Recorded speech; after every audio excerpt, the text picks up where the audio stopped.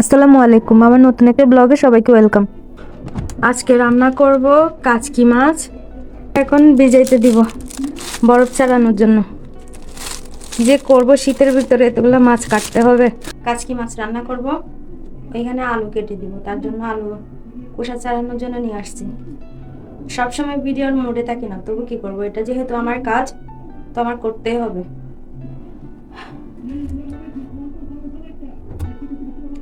এগুলো নতুন আলু, অনেক বেশি বালি থাকে তো, এর জন্য প্রথমে ধুয়ে নিয়ে আসছি। আলুগুলোর কুসাও দেওয়া যায়, সমস্যা হয় না, তবু আমি কুসাগুলো চালাই নিতেছি। এইখানে আছে আধা কেজির মতো কাচকি মাছ। কাচকি মাছগুলো টমেটো আলু দিয়ে চচ্চড়ি করা হবে। আলু কুচি ও মশলা দিয়ে মাছটা আমি এখন মেখে নিব। আলুগুলো দিয়ে দিলাম, আর এখন দিব পেঁয়াজ রসুন। এক্ষেত্রে শীতের ভেতর, শীতের রাতে মাছগুলো বরফ চালিয়ে কাটতে হয়েছে, অনেক বেশি কষ্ট হয়ে গেছে আজকে। আর এদিকে কিছু টমেটো আর কাঁচামরিচও কেটে রেখেছি, সাথে লবণ, মরিচ, হলুদ। তারপর আমি রসুন আর পেঁয়াজ ঢেলে দিলাম। অনেকে রসুন খাই না, কিন্তু রসুন আমরা সব তরকারিতেই খাই। রসুন ছাড়া তরকারি ভালো লাগে না আমার। তারপর সব কিছু দিয়ে আমি কাচকি মাছটা এভাবে মাখিয়ে রেখে দিলাম রান্নার জন্য। আপনাদের ভাইয়া থাকলে আমার এত কষ্ট করা লাগে না, সে আমাকে হাতে হাতে সব করে দেয়। এখন একা তো, সব কিছু করতে হয়, কি করব, তার তো মানে বাইরের কাজ থাকে। এই যে এটা চচ্চড়িটা বসাই দিলাম। একা একা ভিডিও বানাই, কি করবো, আর কেউ নেই, একাই করতে হয় সব।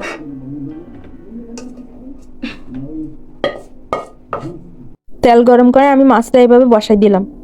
আজকে আমার মনটা খুব খারাপ। আমাদের সাবেক প্রধানমন্ত্রী বেগম খালেদা জিয়ার মৃত্যু সংবাদে অনেক বেশি মনটা খারাপ হয়ে গেছে। দোয়া করে আল্লাহ যেন ওনাকে বেহেশত নসিব করে। ওনাকে আমার ছোটবেলা থেকে অনেক ভালো লাগতো। কি করার, আমাদের সবারই একদিন চলে যেতে হবে এভাবে। এই যে এখানে সব কিছু সুন্দর করে কাটা আছে, টমেটো, কাঁচামরিচ, ধনে পাতা, আর এই যে সুপারি, বরিশালের বাসাতে সুপারি বললো আপনাদের ভাইয়া, কি জানি। আর এই যে আমার রান্না এদিকে হইতেছে চচ্চড়ি। এখন টমেটো, কাঁচামরিচ ঢেলে দিব। টমেটো আর কাঁচামরিচগুলো দিয়ে দিব। এত স্বাদ হবে রান্নাটা। এভাবে চচ্চড়ি, মানে কাচকি মাছের চচ্চড়িটা অনেক বেশি ভালো হয়। আপনারাও এভাবে রান্না করে দেখবেন।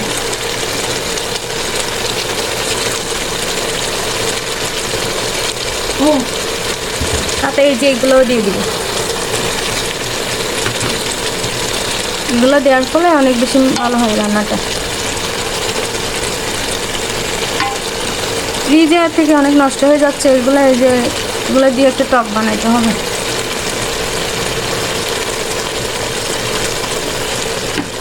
এই যে দেখেন আমার মাছের চচ্চড়ি প্রায় হয়ে আসতেছে। ওইখানে আমি কিছু ধনেপাতা ছিটাই দিছি। ধনেপাতাগুলো সবগুলো পড়ছে একই জায়গায়। এক হাতে ক্যামেরা ধরতে হয়েছে, এক হাতে রান্না করতে হইতেছে, তো অনেক বেশি প্রবলেম হয়। এত কষ্ট করে ভিডিও বানাই, বুঝছেন। রান্না একেবারে কমপ্লিট। আপনাদের বাইরে খেয়ে বলবে যে কেমন হবে। তোমার অনেক কষ্ট হয়েছে না বাসায়? তো তোমার আমি হেল্প করি, কষ্ট হয়েছে তো কি করবো। বাইরের কাজগুলো তো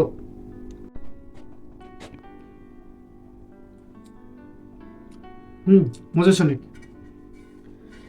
মাছ, ছোট মাছ, আলু, চচ্চড়ি আর কি। খুব মজা হয়েছে। আমি যে পরোটা নিয়ে এসেছি, পরোটা দিয়ে খাবো। আপনি ছিলেন না, পানি আনতে অনেক কষ্ট হয়েছে। ওইটুকু গেছিলাম, ওই বাসার আপু দেখছে তো বাসায় এনে দিছে পানি। ওই আপু, মাশাআল্লাহ, আল্লাহ ওনার রহমত করুক অনেক।